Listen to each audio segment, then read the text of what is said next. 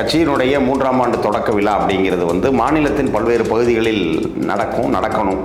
ஏன்னா அப்போதான் அந்த மாநிலத்தை பல்வேறு பகுதிகளிலிருந்து மக்கள் வருவாங்க. ஒவ்வொரு புறம் அந்தந்த பகுதிகளில் அந்த கட்சி வளர்வதற்குமான ஒரு இதாக இருக்கும். இங்கே என்ன அப்படின்னா, இது வந்து கட்சி வந்து முழுக்க துறையில் பணியாற்றுபவர்களுக்கு ஒர்க் ஃப்ரம் ஹோம்னு சொல்கிறோம் இல்லையா, அதை மாதிரி வந்து இவங்க பாலிடிக்ஸ் ஃப்ரம் ஹோம் அப்படிங்கிறது தான் விஜய் விஷயத்தில் நடந்துக்கிட்டு இருக்கு. சும்மா ஒரு நிமிஷம் ஒரு நாள் என்னைக்காவது ஒரு நாள் வந்து பேசிட்டு போவது ஆளும் தரப்பை கேள்வி கேட்பதல்ல.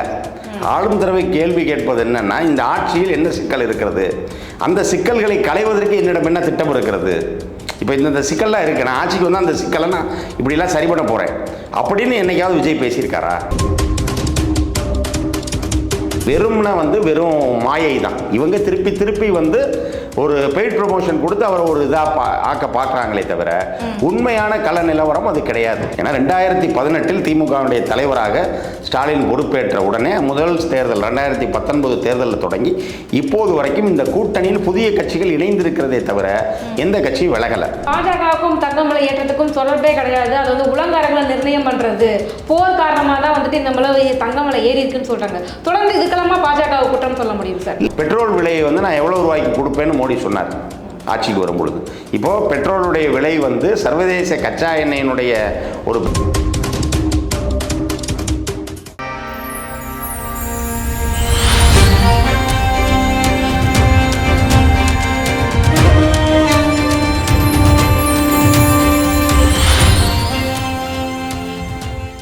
நேர்களுக்கு வணக்கம். இன்றைய நேர்காணலில் நம்மோடு இணைந்திருக்கிறார் திராவிட இயக்க தமிழர் பேரவையினுடைய மாநில துணை பொதுச் செயலாளர் வழக்கறிஞர் திரு ராம வைரமுத்து அவர்கள். வாருங்கள் பேசுவோம். வணக்கம் சார். வணக்கம்.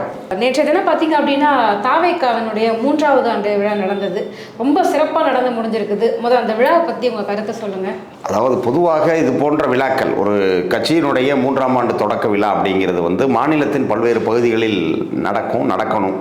ஏன்னா அப்போதான் அந்த மாநிலத்தை பல்வேறு பகுதிகளிலிருந்து மக்கள் வருவாங்க. ஒவ்வொரு புறம் அந்தந்த பகுதிகளில் அந்த கட்சி வளர்வதற்குமான ஒரு இதாக இருக்கும். இங்கே என்ன அப்படின்னா, இது வந்து கட்சி வந்து முழுக்க நம்ம இதில் சொல்கிறோம்ல, தகவல் தொழில்நுட்ப துறையில் பணியாற்றுபவர்களுக்கு ஒர்க் ஃப்ரம் ஹோம்னு சொல்கிறோம் இல்லையா, அதை மாதிரி வந்து இவங்க பாலிடிக்ஸ் ஃப்ரம் ஹோம் அப்படிங்கிறது தான் விஜய் விஷயத்தில் நடந்துக்கிட்டு இருக்கு. பனையூரை தாண்டி அவர் வெளியே வரவில்லை. ஒரு தன்னால் மரணமடைந்தவர்களுக்கு கூட ஆறுதல் சொல்வதை கூட அவர்களை தன்னிடத்துக்கு அழைத்து தான் சொல்கிறார். அதே போல் வந்து வெள்ள நிவாரணத்திற்கு வந்த போதும் கூட சம்மந்தப்பட்ட அந்த வெள்ளத்தால் பாதிக்கப்பட்டவர்களை தன்னுடைய வீட்டுக்கு அழைத்து தான் நிவாரணம் வழங்கினார். அந்த முறையாக வந்து ஒரு கட்சியுடைய ஆண்டு விழாவை தன்னிடத்திலேயே நடத்தி இருக்கிறார். இறந்தவர்களுக்கு வந்து ஆறுதல் சொல்றதற்காக வந்துட்டு அதுக்கு காரணமும் சொல்லிட்டாரு. என்ன காரணம் அப்படின்னா, நான் வந்தால் சட்டம் ஒழுங்கு பிரச்சனை வந்துடும், கூட்டம் கூடுது, க்ரௌட் ஆகிடுது, அதனால அவாய்ட் பண்ணுறேன் அப்படின்னு சொல்லிட்டாரு. அதுதாங்க. அப்போ அதை வந்து அதற்கான முறையான ஏற்பாடை செய்துவிட்டு தானே செய்யணும். அப்போ இதே மாதிரி அவர் வந்தால் சட்டம் ஒழுங்கு பிரச்சனை வரும்னா அவர் கரூருக்கு வந்திருக்க வேண்டிய அவசியமே இல்லை. அப்போ அவர் கரூருக்கு வரலைன்னா அன்னைக்கு ஒரு 40 பேருடைய மரணத்திற்கு வந்து நடந்திருக்க கூட வாய்ப்பு இல்லை. அதனால வந்துட்டோம் அப்படின்னா காரணங்கள் 1000 சொல்லலாம். ஆனால் அரசியல் பார்வையாளர்களாக மக்கள்களாக கருதுபவர்கள் வந்து என்ன நினைப்பாங்க, ஒரு கட்சியோட ஆண்டு விழா அவங்க இடத்துக்குள்ளே நடந்துகிட்டு இருக்கு அப்படின்னா அதை பெரிதாக மற்றவர்கள் பேச மாட்டார்கள்.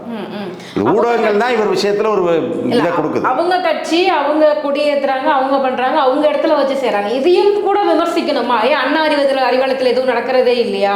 எதுவும் நடக்கிறதே இல்லையா? கண்டிப்பாக. ஆனால் அது வந்து அவங்க அது போல வேற இடங்களிலும் நடத்தி கொண்டிருக்கிறார்கள். இப்போ திராவிட முன்னேற்ற கழகத்துடைய தொடக்க விழா அப்படிங்கிறது வந்து முப்பெரும் விழாவாக ஒவ்வொரு ஆண்டு நடத்தப்படும். அதாவது தந்தை பெரியார் பிறந்த நாள் விழா, பேரறிஞர் அண்ணாவுடைய பிறந்த நாள் விழா, திராவிட முன்னேற்ற கழகம் உருவான விழா அப்படின்னு சொல்லி அந்த முப்பெரும் விழாக்கள் வந்து பொதுவாக சென்னையில் அதிகமாக நடந்துச்சு.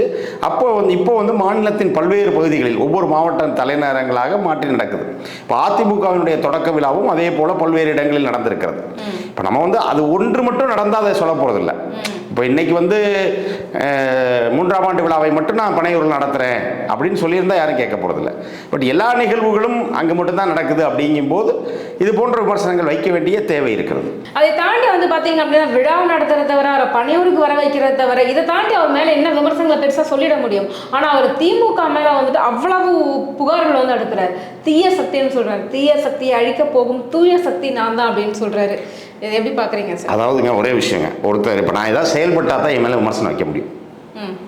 சரிங்களா? நீங்கள் கேட்டீங்க பனையூரில் எல்லாத்தையும் வர வைக்கிறார், தவிர இதை தாண்டி விஜய் மேலே என்ன விமர்சனம் வைக்க முடியும் அப்படின்னா, விஜய் ஏதாவது செஞ்சால் தான் விமர்சனம் வைக்க முடியும். விஜய் எதுவுமே செய்யலை. சரிங்களா? அப்போது அவரிடம் நாங்கள் கேட்பது என்ன அப்படின்னா, விஜய்கிட்ட என்ன கொள்கை இருக்கிறது? ஆளும் தரப்பை எதிர்த்து அவர் கேள்வி கேட்கறதே பெரிய விஷயம் தானே சார். கண்டிப்பாக அதே தான். அந்த வெறும் கேள்வி என்பது அப்படிங்கிறது வந்து சும்மா ஒரு நிமிஷம் ஒரு நாள் என்னைக்காவது ஒரு நாள் வந்து பேசிட்டு போவது ஆளும் தரப்பை கேள்வி கேட்பதல்ல. ஆளும் தரவை கேள்வி கேட்பது என்னன்னா, இந்த ஆட்சியில் என்ன சிக்கல் இருக்கிறது, அந்த சிக்கல்களை களைவதற்கு என்னிடம் என்ன திட்டம் இருக்கிறது, இப்போ இந்த சிக்கல்லாம் இருக்கு, நான் ஆட்சிக்கு வந்து அந்த சிக்கலை நான் இப்படிலாம் சரி பண்ண போகிறேன் அப்படின்னு என்னைக்காவது விஜய் பேசியிருக்காரா? இப்போ திராவிட முன்னேற்ற கழகம் ஆட்சிக்கு வருவதற்கு முன்பாக முதலில் நான் சொல்வது, அண்ணா காலத்திலேயே ஆண்டு கொண்டிருந்த காங்கிரஸ் ஆட்சியினுடைய சிக்கல்களை சொன்னார்கள். இந்த சிக்கல்களை நாங்கள் இப்படியெல்லாம் தீர்க்க போகிறோம், இந்தந்த வழிமுறைகளை பின்பற்றி தீர்க்க போகிறோம் என்று மக்கள் முன் வைத்தார்கள். அதை காரணமாக வைத்து தான் அவங்க வெற்றி பெற்றாங்க. இவங்க பேச்சரவில் என்ன சொல்கிறாங்கன்னா, 67 77 வரலாறு திரும்பிடும் அப்படின்னு சும்மா வாய் வார்த்தையாக சொல்கிறாங்க. அப்படிலாம் திரும்புவதற்கான வேலை கலப்பணி செய்யணும். ஏன்னா நேரடியாக நாங்கள் களத்தில் இருந்திருக்கிறோம். ஒரு அரசியல் பார்வையாளராக, அரசியல் விமர்சகராக இருப்பதை வைத்து நான் இதை சொல்லுகிறேன். அப்போது நீங்கள் வந்து களத்தில் செயல்படணும். நீங்கள் ஒரு ஆளுங்கட்சி 1000 பேர் குற்றம் சொல்லலாம், அது வந்து தவறு என்று எடுத்துக்கொள்ள முடியாது. ஆனால் அந்த குற்றத்தை நீங்கள் வந்து அதை எப்படி சரி பண்ண போகிறீங்க, இல்லை அந்த குற்றத்தால் பாதிக்கப்பட்ட மக்களோடு நீங்கள் எப்போது நின்றிருக்கிறீர்கள்? இப்போ நீங்கள் வந்து மீண்டும் மீண்டும் பொத்தாம் பொதுவாக விமர்சனத்தை தான் விஜய் வைக்கிறார். விஜய் குற்றச்சாட்டுகளை அடுக்குகிறார் அப்படின்னா அவர் மீண்டும் மீண்டும் என்ன சொல்கிறாரு, திமுக தீய சக்தி, ஊழல் பண்ணியிருக்காங்க, இதை தாண்டி வேறு ஏதாவது இந்த இடத்துல இந்த பர்டிகுலர் துறையில் இந்த ஊழல் நான் நிரூபிக்கிறேன். இப்போ எம்ஜிஆர் வந்து திமுகவில் இருந்து பிரிந்து அதிமுகவை தொடங்கும் போது ஒரு பெரிய ஊழல் பட்டியலே கொண்டு போய் ஆளுநர்கிட்ட கொடுத்தார். ஆனால் இன்றைக்கு வரைக்கும் நிரூபிக்கப்படவில்லை. திராவிட முன்னேற்ற கழகம் இன்றைக்கு வரைக்கும் எந்த ஒரு ஊழல் வழக்கிலும் வெறும் குற்றச்சாட்டை எதிர்த்தரப்பு சொல்லலாமே தவிர இது வரைக்கும் எந்த குற்றச்சாட்டும் ப்ரூவன் கிடையாது. எல்லாமே வெறும் குற்றச்சாட்டுகளாகத்தான் இருக்கிறது. ஆனால் அதே இது நீங்கள் எதிர்முனையில் அதிமுக பாருங்கள், கட்சியினுடைய தலைவரே 4 ஆண்டு காலம் சிறை தண்டனை பெற்றவர். அது வந்து உச்சபட்சம் வரைக்கும் போயிட்டு ஏதோ ஒரு சின்ன கோர்ட்டோட தீர்ப்பு கிடையாது. அதை தாண்டி அப்பீல் போகிறீங்க, அப்பீலில் வருது, அப்பீலில் வந்து விடுதலை ஆகிறாங்க. இறுதி தீர்ப்பு உச்சநீதிமன்றத்தினுடைய தீர்ப்பு என்பது அவர் ஊழல் குற்றவாளி அப்படிங்கிறது உறுதி செய்யப்பட்டிருக்கிறது. இது மாதிரி நீங்கள் திமுக தலைவரையோ இல்லை அந்த குடும்பத்தை சேர்ந்தவர்களையோ இல்லை திமுகவுடைய பிற அமைச்சர்களையோ இன்னைக்கு வரைக்கும் ப்ரூவன் கிடையாது. இப்போ 2G பற்றிலாம் இவ்வளோ பேசினாங்க, நான் இன்னைக்கு 2G வந்து இல்லவே இல்லைங்கிறது நீதிமன்றத்தில் நிரூபிக்கப்பட்டிருக்கிறது. அப்போ அதைத்தான் நாங்கள் சொல்கிறோம். விஜய் வந்து வெறும் பொத்தாம் பொதுவாக குற்றச்சாட்டுகளைத்தான் சொல்கிறார். அந்த குற்றச்சாட்டுகள் உண்மை இல்லை, அதை மக்கள் ஏற்கப் போவதில்லை. அதெல்லாம் இன்னொன்று சொல்லுவாங்க, திமுக மேலே வந்து ஊழல் குற்றச்சாட்டை நிரூபிக்க முடியல அப்படின்னு சொல்கிறாங்க. இப்போ வந்து அதிமுக வந்து அடிக்கடி சொல்லுவாங்க, திமுக வந்து விஞ்ஞான ரீதியாக நான் ஊழல் பண்ணுது, அவ்வளோ சீக்கிரம் கண்டுபிடிக்கவே முடியாது அப்படின்னு சொல்லுவாங்க. அதே விஞ்ஞான ரீதியான ஊழல் என்ன சார்? அதாவது இது வந்து என்ன அப்படின்னா, திமுகவை வந்து குறைத்து மதிப்பிடுவதற்காக சிலர் சொல்லுவது தான் இதே தவிர, அதாவது சர்க்காரியா கமிஷன், நான் சொன்ன எம்ஜிஆர் வந்து திமுகவின் மீது ஊழல் குற்றச்சாட்டுகளை சுமர்க்கிறார். ஆட்சி மாறுகிறது, திமுகவுடைய ஆட்சி வந்து மின்சார சட்டத்தின் அமல்படுத்தப்பட போது ஆட்சி கலைக்கப்படுகிறது.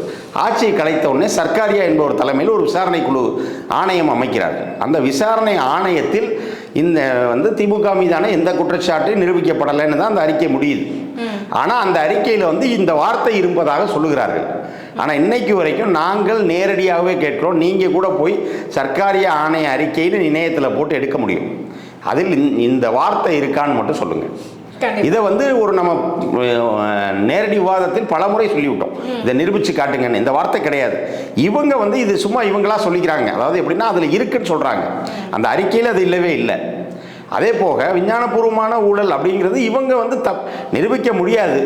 அப்போ நான் பண்ண குற்றச்சாட்டுக்கு என்னை நான் காப்பாற்றிக்கணுன்றதுக்காக இவங்க ஆதாரமே இல்லாமல் பண்ணிட்டாங்க அப்படின்றது சொல்கிறாங்களே தவிர, ஆனால் இங்கே வந்து சிக்கல்கள் அப்படிங்கிறது வந்து ஊழல் என்பது வந்து ஒரு வெறுப்பில் இவர்கள் சொல்வது. ஆனால் திராவிட முன்னேற்ற கழகத்துடைய பயணம் என்பது மக்களோடானது. மக்களுக்கு என்ன தேவை என்பதை நோக்கித்தான் அவங்க போய்கிட்டு இருக்காங்களே தவிர, அதனால தான் இந்த ஆட்சிக்கு மக்களுடைய ஆதரவு முழுமையாக இருக்கிறது. இல்லை, இன்னொரு விஷயம் நேற்று அவர் பேசும்போது ஒரு குறிப்பிட்ட வார்த்தை சொல்லியிருந்தார், எம்ஜிஆருக்கும் இதே மாதிரி தான் வந்துட்டு நிறைய கேலி கிண்டல்கள் இருந்தது, நிறைய விமர்சனம் பண்ணாங்க, பத்திரிகையாளர்களை சந்திக்கலை, அவருக்கு என்ன அரசியல்னு என்னன்னு தெரியும், அடிப்படை அரசியல் அறிவு இருக்கா, அந்த மாதிரி நிறைய விஷயங்கள் கேட்டாங்க. எம்ஜிஆருக்கும் இதே பிரச்சனை இருந்தது. அதாவது எம்ஜிஆரை போலவே நானும் இந்த மாதிரி விமர்சனங்களை வந்து தாங்கிக்கிட்டு தான் இருக்கிறேன். மீண்டும் மீண்டும் தன்னை வந்து ஒரு எம்ஜிஆராக ஒப்பிட்டு கொள்ளும் விஜய் எப்படி பார்க்குறீங்க சார்? இந்த சந்திரமுகி படத்தில் வந்து அந்த கதையெல்லாம் கேட்டுட்டு தன்னையே வந்து சந்திரமுகியா கங்கா நினச்சிக்கிட்டான்னு சொல்லுவாங்க இல்லையா, அப்படி விஜய் வந்து நினச்சிக்கிட்டார், அவ்வளோதான் உண்மை. இன்னொன்று வந்து எம்ஜிஆர் மீது வைக்கப்பட்ட விமர்சனங்கள் என்பதை தாண்டி எம்ஜிஆர் வெற்றி பெற்றது எப்படிங்கிற ஒரு கோணத்தை நம்ம அணுக வேண்டியது இருக்கு. தனியாக 77 கட்சியை தொடங்குவதற்கு முன்பாக 10 ஆண்டு காலம் அவர் திமுகவில் சட்டமன்ற உறுப்பினராக இருக்கார். 2 முறை பரங்கிமலை தொகுதியில் திமுகவின் சார்பாக உதயசூரியன் சின்னத்தில் வெற்றி பெறுகிறார். அதற்கு 10 ஆண்டுகளுக்கு முன்பாக இருந்து அவர் திமுகவில் பணியாற்றுகிறார். அப்போ அவர் திமுகவில் ஒரு களப்பணியாற்றி வருகிறார். அதேதோடு எம்ஜிஆரோடு சேர்ந்து வெளியே போன பிற மூத்த தலைவர்கள் அத்தனை பேருமே, நெடுஞ்செழியனாக இருக்கட்டும், கே கிருஷ்ணசாமியாக இருக்கட்டும், இப்படி எம்ஜிஆரோடு தோளோடு தோள் நின்று அதிமுகவை வளர்த்த தலைவர்கள் அத்தனை பேரும் திமுகவில் பயணித்து அரசியல் அனுபவம் பெற்றவர்கள். இப்போ நம்ம விஜய் நோக்கி சொல்லுகிற குற்றச்சாட்டே என்ன அப்படின்னா, இது போன்ற எந்த அனுபவமும் இல்லாதவர்கள் தான் விஜய் கூட இருக்கவங்க. அப்போ இன்னைக்கு வரைக்கும் மீண்டும் மீண்டும் நாம் சொல்வது என்னன்னா, இன்னைக்கு வரைக்கும் அவங்க மக்களை சந்திக்கலை. ஏன் இந்த பனையூருக்குள்ள 3வது ஆண்டு விழான்னு ஏன் நம்ம கேள்விக்கு உள்ளாக்குறோம் அப்படின்னா, மக்களிடம் போய் தான் நீங்கள் செய்யணும். நீங்கள் செய்ய வேண்டும். இப்போ நீங்கள் ஒரு ஐடி கம்பெனி நடத்துறீங்க, இல்லை ஒரு கம்பெனி நடத்துறீங்கன்னா நீங்கள் மக்களை சந்திக்க வேண்டாம், நீங்கள் பாட்டுக்கு உங்கள் கம்பெனியை நடத்திட்டு போகலாம். ஆனால் அரசியல் என்பது மக்களுக்கானது. மக்களாட்சி முறையில் நம்ம தேர்தலை சந்திக்க போகிறோம். அவர்களை தேடித்தான் நீங்கள் வாக்கு கோரி போக போகிறீங்க இன்னொரு 2 மாதத்தில். அப்போது நீங்கள் மக்களை நோக்கி போவதற்கே நீங்கள் இன்னும் தயாராகவில்லை எனும்போது, அதனால தான் வந்து உங்களுடைய செயல்பாடுகள் இங்கே கேள்விக்குள்ளாக்கப்படுகிறது. இப்போ வந்து அடுத்தது அவர் தூங்கும்போது கூட, முதல்வர் தூங்கும்போது கூட அவர் எழுப்பி கேட்டிங்கன்னா நான் விசில் சின்னத்துக்கு தான் ஓட்டு போடுவேன்னு சொல்லுவார். அந்த அளவுக்கு ஸ்டாலின் மனதிலையும் வந்துட்டு விஜய் கட்சி தான் வந்துட்டு பிரதானமாக இருக்குது அப்படின்றாரு. ஸோ இந்த மாதிரியான வாதங்களை கேட்கும்போது உங்களுக்கு எப்படி இருக்கும்? கிறுக்கேன்னு தோணுதுங்க. அதாவது தற்கூரி அப்படிங்கிற வார்த்தை வந்து உள்ளபடியே விஜய் ரசிகர்களை நோக்கி இந்த வார்த்தையை சொல்லும்போது எங்களுக்கே வலிக்குது. ஆனால் அதை உண்மைங்கிறத அவங்க ஒவ்வொரு முறை சொல்லிக்கிறாங்க. இல்லைங்க, இதை முதல்வரை எழுப்பி கேட்டால் அந்த விசில்னு ஒரு சின்ன இருக்கிறது ஒரு வாரத்துக்கு முன்னாடி யாருக்காவது தெரியுமா? அவர் முதல்வரை எழுப்பி விசில் சின்னத்துக்கு தான் ஓட்டு போடுவேன்னு சொல்லுவாருங்கிறது, அதான் சொல்கிறேன், இவரான்னு நினச்சிக்கிட்டு எதையாவது பேசுகிறார். அப்போ அது வந்து இப்போ இதே இது வந்து இப்போ முதல்வரை எழுப்பி கேட்டால் இவர் செய்வார்ன்றதுக்கு ஏதாவது இது இருக்கா? அப்போது இவர் என்ன நினைக்கிறாருன்னா, தன்னை முதல்வருக்கு இணையாக நிறுத்தி கொள்ள பார்க்கிறார். ஏன்னா நான் ஸ்டாலினுக்கு அடுத்து நான் தான், இல்லை ஸ்டாலின் வர்சஸ் விஜய் அப்படிங்கிற களம் மாற வேண்டும். அவரும் அப்படிதான் சொல்றாரு, தாவேகா வர்சஸ் திமுக அப்படிதானே சொல்லிட்டு இருக்காரு. ஏங்க அதைத்தான் நானும் சொல்லலாம், யார் வேணாலும் என்ன வேணாலும் சொல்லலாம். உலகம் உங்களை எப்படி பார்க்கிறது? மீண்டும் நான் திரைப்பட உதாரணத்தை தான் சொல்ல வேண்டியது இருக்கு. இன்னைக்கு விஜயை பத்தி பேசாத அரசியல் களமே இல்லை அப்படின்ற மாதிரி மாறிடுச்சா? எல்லா பக்கமும் விஜய் கட்சியை பத்தி பேசாத ஒரு அரசியல் களமே இல்லை. இல்ல விஜய் கட்சியை பத்தி விஜய் கட்சிக்காரங்களை தவிர யார் பேசுறா? முதல்வர் இதுவரை விஜய் என்று குறிப்பிட்டு ஒரு அறிக்கை விட்டுருக்காரா? காமிங்க. துணை முதல்வர் விட்டுருக்காரா? காமிங்க. போற பக்கமெல்லாம் அறிவு திருவிழால கூட பாத்தீங்கன்னா அவர் அட்டை கத்தி அட்டை தாஜ்மஹால் தானே பேசிக்கிட்டு வராரு. பேசிட்டு போறாங்கங்க. நேரடியாக அதுதான் சொல்றேன், நேரடியாக விஜய் குறிப்பிட்டு யாரும் பேசவே இல்லை. அதுதான் உங்களுடைய இது. அதான் சொன்னேன், நான் மறுபடியும் திரைப்படத்தை வச்சே ஒரு உதாரணம் சொல்ல வேண்டியது இருக்கு. 16 வயது நிலை படத்தில் சொல்லுவாங்க, கமலை உன்னை வந்து எல்லாரும் எப்படி உன் பேரை சொல்லி கோபாலகிருஷ்ணன் கூப்பிட்றாங்களான்னு சொன்ன மாதிரி, யார் கூப்பிட்றா? நான் தான் கோபாலகிருஷ்ணன் சொல்லி தெரியுறேன், ஊரெல்லாம் என்னை சப்பானின்னு தான் சொல்லுது அப்படின்னு கமல் ஸ்ரீதேவிட்ட சொல்லுவார். அதை போல அப்படித்தான் இன்றைக்கு அரசியலில் இருக்காரு. இவரை சார்ந்தவர்கள் மட்டும்தான் நாங்கள் பெரியாள் சொல்றாங்க. பட் ஆனால் உண்மை அது கிடையாது. அதுக்கு என்ன ப்ரூவன் மாடல்? இப்போ எனக்கும் திமுகவுக்கும் தான் போட்டி அப்படின்னு அவர் சொல்றார். எனக்கும் திமுகவுக்கும் தான் போட்டின்னு எடப்பாடி சொல்றார். இப்படி ஒவ்வொருவரும் யாரை குறி வைக்கிறார்கள்? திமுகவை குறி வைக்கிறார். இதன் மூலமாக யார் ஆளும் கட்சி அவங்கள தானே நம்ம குறி வைக்க முடியும். சரி, ரைட்டு. அப்போ வந்து ஓகே, அப்போ ஆளும் கட்சியை தானே குறி வைப்பாங்க. ஆனால் அப்போ எல்லாரும் சேர்ந்து ஆளுங்கட்சியை குறி வைக்க போகிறார்களா? இல்லை. அப்போ என்ன நடக்கும்? ஆளுங்கட்சியை தனித்தனியாக எல்லாரும் எதிர்க்கும் போது என்ன நடக்கும்? ஓட்டுகள் பிரியும். அவ்வளவுதான். கண்டிப்பாக அதனால எந்த பலனும் இருக்க போவதில்லை. அதனால தான் எடப்பாடி வாங்கன்னு கூப்பிட்டார். திமுக மெஜாரிட்டியே கம்மியாகும்ல, ஓட்டுகள் பிரிஞ்சா திமுக ஓட்டு தானே பிரியும். உங்களுக்கு திமுக ஓட்டு எப்படி பிரியும்? அதாவது நீங்க ஒரு விஷயம் எடுத்துக்கணும் அப்படின்னா, திமுகவிற்கான ஆதரவு வாக்குகள் அப்படிங்கிறது நீங்க யார் எத்தனை அணியாக நின்றாலும் ஓட்டுகள் வந்துட்டு பெரும்பாலும் இப்ப வந்து விஜய் கட்சி தான் போகும் அப்படின்றாங்க. இல்ல, நீங்க பேசுறது எல்லாமே ப்ரெடிக்ஷன். சிறுபான்மை வாக்குகள் விஜய்க்கு தான் போகும் அப்படின்னு வந்து பேசப்படுகிறது, எழுதப்படுகிறது. எல்லாமே பெய்டு ப்ரமோஷன், இன்ஃப்ளூயன்சர்ஸை வச்சு நீங்கள் எல்லாமே இன்ஆர்கானிக்காக டிஜிட்டல் மார்க்கெட்டிங் மூலமாக அவங்க பண்ணுறது. பட் எந்த மீண்டும் நான் கேட்குறேன், எந்த மக்களோடு விஜய் நின்றுருக்கிறார்? சிறுபான்மை வாக்குகள் விஜய்க்கு விழுகிற அளவுக்கு இப்போ ஒரு 3 ஆண்டுகளுக்கு முன்பாக சிஏஏ வந்துச்சு, குடியுரிமை திருத்த சட்டம் வந்துச்சு. அப்போது வெறும் நடிகர் தான். வட இந்தியாவில் எத்தனையோ நடிகர்கள் அதை எதிர்த்து குரல் கொடுத்தார்கள். ஷாருக்கான்லாம் கொடுத்தாரு. அது மாதிரி விஜய் கொடுத்தாரா?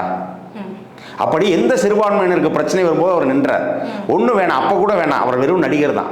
கடந்த டிசம்பர் 25 கிறிஸ்மஸ் அன்னைக்கு வட இந்தியா முழுக்க, இன்னும் சொல்ல போனால் கேரளா வரைக்கும் தேவாலயங்கள் தாக்கப்பட்டது. தாவேக்கான்ற ஒரு கட்சியை தொடங்கி 2.5 வருஷம் ஆயிடுச்சு. பேசினாரா ஏதாச்சும்?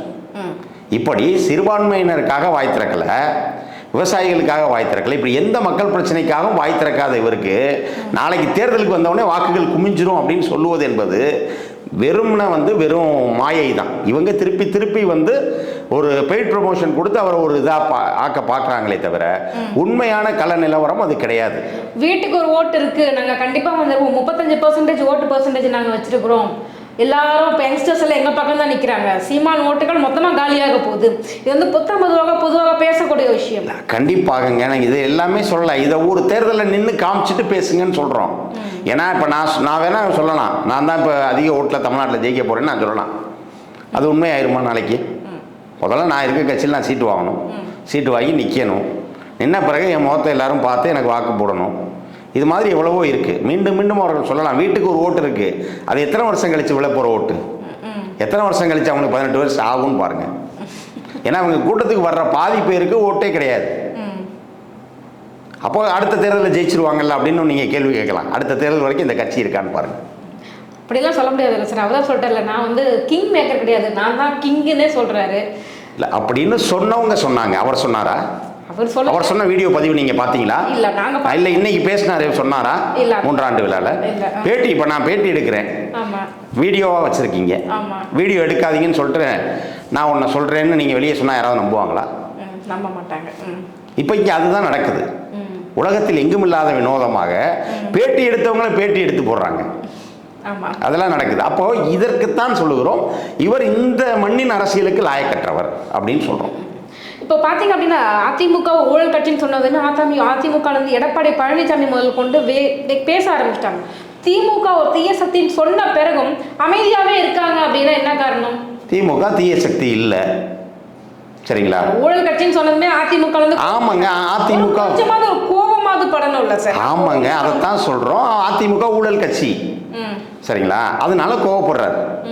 இப்போ ஒன்றும் இல்லை, தெரியாமல் நான் உங்கள் காலை மிதிச்சிட்டேன், நீங்கள் என்ன சொல்லுவீங்க? கண்ணு தெரியாதவங்களுக்குன்னு கேட்பீங்க, சரிங்களா? ஏன்னா எனக்கு உண்மையிலேயே கண்ணு தெரியும் போது நான் என்ன செய்வேன், சும்மா தான் கேட்குறாங்கன்னு நினச்சி நான் போயிடுவேன். உண்மையிலேயே கண்ணு தெரியாதவங்ககிட்ட நீங்கள் இப்படி சொன்னோன்னே அவர் என்ன பண்ணுவார்? சங்கடப்படுவார் இல்லையா? அந்த சங்கடம் எடப்பாடிக்கு வந்திருக்கு. எங்களுக்கு அந்த சங்கடம் இல்லை.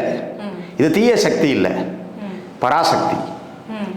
ஒட்டுமொத்த இந்த தமிழ்நாட்டை புரட்டி போட்ட ஆக்கத்தின் ஒரு மக்களுடைய ஒரு வாழ்வியலை முன்னேற்றிய ஒரு 75 ஆண்டுகால இயக்கம்.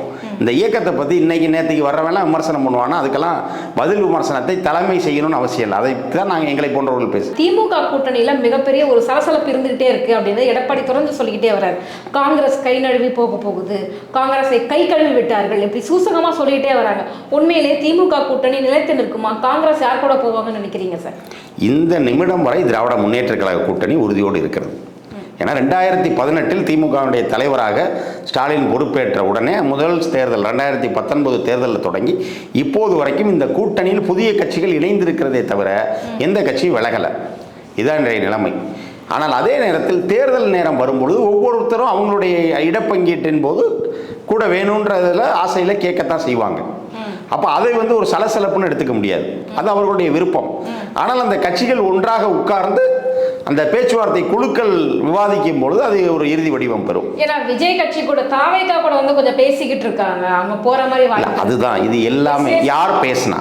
எஸ்ஏசியும் கூப்பிட்டுருக்காருல்ல விஜயோட அப்பா. அதைத்தான் சொல்றேன். அதாவது விஜய் கூட வாங்கன்னு எஸ்ஏசி கூப்பிடுறாரு, நாஞ்சில் சம்பத் சொல்றாரு. காங்கிரஸ்ல இருந்து நாங்க விஜயோட பேசுறோம், விஜயோட போறோம்னு அதிகாரப்பூர்வமா யாராவது சொல்லியிருக்காங்களா? பிரவீன் சக்கரவர்த்தி சந்தித்தது ஒன்றை தவிர வேறு ஏதாவது இருக்கா? பிரவீன் சக்கரவர்த்தியோட சந்திப்பு தனிப்பட்ட சந்திப்புன்னு அதிகாரப்பூர்வமாக காங்கிரஸ் அறிவிச்சிருச்சு. அந்த சந்திப்புக்கு தேர்தல் நோக்கம் இல்லை, நாங்கள் கட்சியிலிருந்து சொல்லி பிரவீன் சக்கரவர்த்தி பார்க்கல அப்படின்னு சொல்லிட்டாங்க. வேறு எந்த அதிகாரப்பூர்வ தகவலும் கிடையாது. ஒரு சிலர் எங்களுக்கு கூடுதல் சீட்டு வேணும் அப்படின்னு பேசுறதுன்னு கூட அந்த கட்சியினுடைய ஆசைன்னு தான் எடுத்துக்க முடியுமே தவிர அவர்கள் அதிகாரம் பெற்றவர்கள் அல்ல. காங்கிரஸ் சார்பாக ஒரு குழு அறிவிக்கப்பட்டு விட்டது, அந்த குழு தான் திமுகவோட பேச போகுது. திமுக இன்னும் ஒரு சில தினங்களில் குழுவை அறிவிக்க இருக்கிறது. அப்போ அந்த 2 குழுக்களும் இணைந்து பேசுவார்கள். இறுதி முடிவு எட்டப்படும் போது மூத்த தலைவர்கள் வந்து நேரடியாக ஒப்பந்தத்தில் கையெழுத்திடுவாங்க. இதுதான் நடைமுறையை தவிர அதற்கு வரைக்கும் ஒவ்வொருத்தரும் என்ன வேணாலும் பேசலாம். இப்போ எடப்பாடியே என்கிட்ட வாங்கன்னு, அதாவது பாஜக கூட்டணியோடு இணைவதற்கு முன்பாக நீங்கள் கம்யூனிஸ்ட் என்று வந்துடலாம், விசிகா வாங்க, எல்லாரையும் வாங்கன்னு தான் கூப்பிட்டார். ஆனால் யாரும் வந்து அவர்கிட்ட போவதற்கு விரும்பவில்லை. அதுதான் நிலவரம். விஜய்கிட்ட அந்த படுத்தே விட்டான் மொமெண்ட் அப்படின்னு சொல்லுவதை போல இயற்கையாகவே இந்த கூட்டணி உருவாயிருச்சு அப்படின்னு தான் கட்சிக்காரங்களை விட்டு தாவேக்கா கொடியை கொண்டு வர சொல்லிலாம் பார்த்தாங்க. அந்த காணொலிகள்லாம் நம்ம பார்த்தோம். பின்னாளில் அதிமுக பணியனும் கையில் வந்து தாவேக்கா கொடியும் வச்சிருந்ததெல்லாம் பார்த்தோம். இப்படி அவர் வந்து இந்த கூட்டணி உடைந்து விடாதா, அதன் மூலமாக நமக்கு ஏதாவது நன்மை நடக்காதான்னு நினைக்கிறார். ஆனால் இப்போது வரைக்கும் நிலவரம் அப்படி அல்ல. இந்த கூட்டணிக்குள் புதிதாகத்தான் சில கட்சிகள் வர விரும்புகிறதே தவிர இதில் இருக்கக்கூடிய எந்த கட்சிகளும் விலகுவதை போல இந்த நிமிடம் வரை தோன்றவில்லை. சமயம் இந்த பட்ஜெட் வந்து தாக்கல் பண்ணியிருக்கிறாங்க. இது வந்து ரொம்ப அழகான ஒரு பட்ஜெட், சூப்பரான ஒரு பட்ஜெட் அப்படின்னு சொல்லிட்டு அதிமுக சொல்றாங்க. அண்ணாமலை அவர்களும் சொல்லிட்டு இருக்கிறாரு. திமுக தரப்புல வந்து குறை சொல்லியிருக்கிறாங்க. அதாவது நிறைய பொருட்களுடைய விலை வந்து குறைஞ்சிருக்குது, நிறைய பொருட்களுடைய இறக்குமதி ஏற்றுமதியான விலைகள் வந்து குறைஞ்சிருக்குது, மக்களுடைய சுமை கொஞ்சம் இறங்க போகுது அப்படின்னு சொல்றாங்க. ஆனால் அதே சமயம் பார்த்தீங்க அப்படின்னா திருப்பூர்ல வந்து பின்னலாடை தொழில் வந்துட்டு கொஞ்சம் அடிவாங்க போகுது. நூல் விலையெல்லாம் வந்துட்டு ரொம்ப ஏறி இருக்கு. இந்த பக்கம் தங்கம் விலை குறைஞ்சிருக்கு, இந்த பக்கம் நூல் விலையெல்லாம் ஏறி இருக்குது. அடிப்படை மக்களுடைய தேவைகள் வந்துட்டு பூர்த்தியாக்கப்படலைன்றீங்க. ஓவராலா இந்த பட்ஜெட்டை பத்தி உங்க கருத்து என்ன சார்? அதாவது இந்த பட்ஜெட் அப்படிங்கிறது வந்து முழுக்க அத்தியாவசியமான எந்த பொருளுடைய விலையும் இங்கே குறையலை. அடித்தட்டு மக்களுடைய வாழ்க்கையில் ஒரு இம்ப்ரூவ்மெண்ட். தங்கம் கொஞ்சம் குறைஞ்சு வருது இல்லை சார்? தங்கம் வந்து எவ்வளோ கூடி இருக்கு. 2014 எவ்வளவு தங்கத்தோடைய விலை, இப்போ 2026 என்ன விலைன்னு பாருங்கள். இன்னும் சொல்ல போனால் 2024 ஜனவரியை விட இப்போது பாதி, அதாவது டபுள் மடங்காயிருக்கு. 2014 மோடி வருவதற்கு முன்பு இருந்த தங்கம் விலையை விட இப்போது 3 மடங்கு கூடியிருக்கிறது. பாஜகவுக்கும் தங்கம் விலை ஏற்றத்துக்கும் தொடர்பே கிடையாது. அது வந்து உலகங்களை நிர்ணயம் பண்றது, போர் காரணமாக தான் வந்துட்டு இந்த விலை தங்கம் விலை ஏறி இருக்குன்னு சொல்றாங்க. தொடர்ந்து இதுக்கெல்லாமா பாஜக குற்றம் சொல்ல முடியும் சார்? இல்லை, அதாவது எப்படின்னா நீங்க ஒரு விலையேற்றம் வரும்பொழுது அதை ஓரளவுக்கேனும் கட்டுப்படுத்த வேண்டிய கடமையும் பொறுப்பு அரசுக்கு இருக்கிறது. இப்போ நீங்க எப்படி என்ன சொல்லி ஜெயிச்சு வந்தீங்க? பெட்ரோல் விலையை வந்து நான் எவ்வளவு ரூபாய்க்கு கொடுப்பேன்னு மோடி சொன்னார் ஆட்சிக்கு வரும் பொழுது. இப்போது பெட்ரோலுடைய விலை வந்து சர்வதேச கச்சா எண்ணெயினுடைய ஒரு பேரல் என்ன விலையோ அதன் அடிப்படையில் தான் பெட்ரோல் விலை அப்படின்னு எல்லாத்துக்கும் தெரியும். அப்போ அதுக்கு மன்மோகன் சிங்கை ஆட்சி ஏன் குறை சொன்னீங்க? சொன்னவர் மோடி தானே. அப்போ நீங்கள் அந்த இடத்துக்கு வந்தவுடனே மட்டும் இது வந்து நம்ம பொறுப்பு இல்லைன்னு ஆயிருமா? அதே மாதிரி ஒரு டாலருக்கு நிகரான மதிப்பு ஒரு இந்திய ரூபாயோட மதிப்புக்கு ஈக்குவல் ஆக்குவேன்னாரு. இன்னைக்கு எவ்வளோ போயிருக்கு? சதத்தை நெருங்கி கொண்டிருக்கிறது. சிங்கப்பூர் டாலருக்கு கூட வந்து நம்ம அதிக தொகை கொடுத்தா தான் சிங்கப்பூரில் $1 கிடைக்குங்கிற நிலைமை இருக்குது. சிங்கப்பூருடைய மக்கள் தொகை என்ன, இந்தியாவுடைய மக்கள் தொகை என்ன?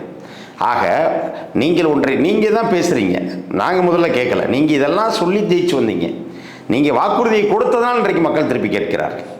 ஆக இப்படித்தான் இருக்கிறது நிலைமை. அதே மாதிரி பார்த்தீங்க அப்படின்னா மற்ற தமிழ்நாட்டுக்கான திட்டங்கள் அப்படின்னு பார்த்தீங்கன்னா எதுவுமே இந்த பட்ஜெட்டில் இல்லை. திராவிட ரொம்ப அதிவேகமாக இயங்கக்கூடிய ரயில்கள் வந்து விடப்படும் அந்த மாதிரிலாம் சொல்லியிருக்காங்க. 2 இடங்களுக்கு மட்டும்தான் சொல்லியிருக்காங்க. அது சென்னை டு பெங்களூர், சென்னை டு ஹைதராபாத். அது இரண்டும் அந்த 2 மாநிலங்களை குறிவைத்திருப்பதை தவிர தமிழ்நாட்டுக்குள் எந்த புதிய ரயில் திட்டமும் இல்லை. நான் தமிழ்நாட்டுக்குள் அப்படின்னு சொல்கிறது வந்து சென்னையை டச் பண்ணிட்டு போகிற ட்ரெயின், அதாவது அது பெங்களூரில், அது கர்நாடகாவில் மீண்டும் அவர்கள் ஆட்சிக்கு வர வேண்டும் என்பதற்காக கொடுக்குற திட்டம். ஹைதராபாத்ல இருந்துன்றது தெலுங்கானாவில் ஆட்சிக்கு வரணும்னு திட்டமே தவிர இப்போ சென்னை டு மதுரை, சென்னை டு திருச்சி அப்படி ஏதாவது சொல்லியிருக்காங்களா? இப்போ சென்னை மெட்ரோவுடைய 2ஆம் கட்டத்திற்கு நிதி ஒதுக்கிய பற்றி எதுவுமே இல்லை. மாநில அரசினுடைய நிதியில் தான் முழுமையாக சென்னையோட 2ஆம் கட்ட மெட்ரோ வேலைகள் நடக்குது.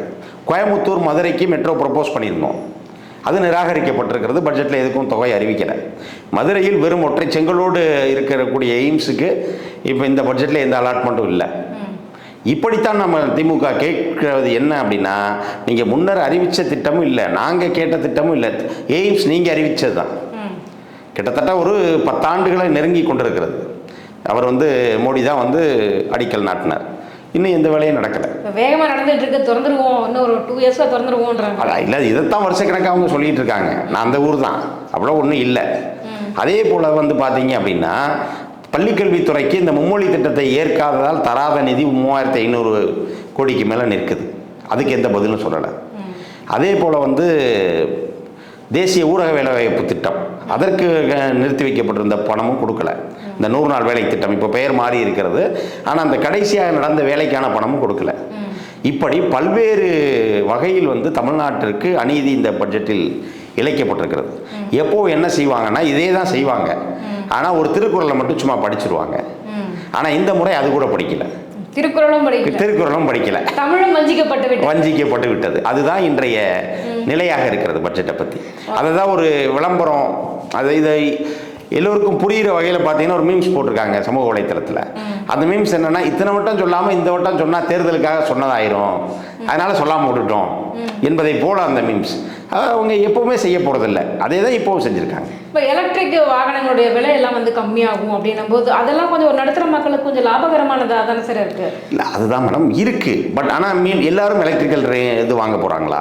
அதாவது நம்ம எது அடிப்படை தேவைன்னு பார்க்கணும். பெட்ரோல் விலை ஜாஸ்தியாக இருக்குது, இந்த நேரத்தில் வந்து எலக்ட்ரிக் பைக் விலை கம்மியாச்சுன்னா எங்களுக்கு பெட்ரோல் போட வேண்டியது நல்லது தான். ஆனால் அதே நேரத்தில் நீங்கள் முழுமையாக எலக்ட்ரிக் வாகனங்களுக்கு ஏற்ற சாலை வசதிகள் வந்து விட்டு தான் பார்க்கணும். நீங்கள் எலக்ட்ரிக் இது யூஸ் பண்ணுறவர்கிட்ட பாருங்கள். என்னுடைய நண்பர் ஒருத்தர் எலக்ட்ரிக் பைக் வச்சுருக்கார். ஆனால் அதே நேரத்தில் அந்த வாகனத்தை பராமரிப்பதற்கான செலவு அவருக்கு கூடுதலாகுது. எரிபொருள் செலவில் நீங்கள் சொல்கிற மாதிரி இது இருக்குது. ஆனால் அதை ஒரு டைம் வந்து ஒரு சர்வீஸ்க்கு விடுறாருன்னு வச்சுக்கோங்களேன், அது வந்து அதற்கான இன்னும் அந்த அளவுக்கு வந்து சர்வீஸ் வந்து முழுமையாக எல்லா பகுதியிலையும் கிடைக்கல. ஸ்பேர் பார்ட்ஸ்னால் போய் தான் வருது. அது வரைக்கும் நீங்கள் வண்டியை நிப்பாட்ட வேண்டிய சூழல் இருக்குது. இப்போ நீங்கள் பெட்ரோல் வெஹிக்கிள்னால் நீங்கள் காலையில் விட்டுட்டு சாயங்காலம் எடுத்துடலாம் சர்வீஸ்க்கு. ஆனால் இந்த வண்டியை வந்து நீங்கள் கோயம்புத்தூர் அனுப்பிச்சிருக்கோம், சென்னை அனுப்பியிருக்கோம், ஸ்பேர் வரணும் அப்படிங்கிறாங்க. அப்போ ஒரு வாரத்திற்கு வந்து அவர் 4 நாள் 5 நாள் அது மாதிரி தாமதமாகுது. அந்த பைக் மூலமாக வேலை செய்பவர்களுக்கு அது வந்து ஒரு பெரிய சிக்கலை ஏற்படுத்துகிறது. அதனால் நம்ம பைக் வந்து அத்தியாவசியமாக அல்லன்னு நாங்கள் சொல்ல வரல. அது ஒரு மாற்று முயற்சியாக அது கொண்டு வரப்பட வேண்டியது தான். ஆனால் அதற்குரிய வசதிகள் அனைத்தும் செய்யப்படும் அப்படின்னும் போது, ஆனால் அதே நேரத்தில் பெட்ரோல் தான் இப்போ அதிகமாக எல்லாரும் பயன்படுத்தப்படுறது. இன்னொன்று வந்து நீங்கள் பெட்ரோல் டீசல் விலை இது போன்ற விலை குறைக்கும் போது இது பல வகையில் எதிரொலிக்கும். ஏன்னா அந்த டிரான்ஸ்போர்ட்டேஷன் காஸ்ட் குறையும் போது மற்ற பொருட்களுடைய விலையும் குறையும். அதனால இது மாதிரியான இது என்ன அத்தியாவசியமோ அதை வந்து விலை குறைப்பதற்கான எந்த ஒரு திட்டமோ நடவடிக்கைகளோ நிதிநிலை அறிக்கையில் இல்லை அப்படிங்கிறத வாதம். எங்கள் கேள்விகளுக்கு ரொம்ப சிறப்பான பதில் சொன்னீங்க சார். வாய்ப்புக்கு நன்றி, வணக்கம்.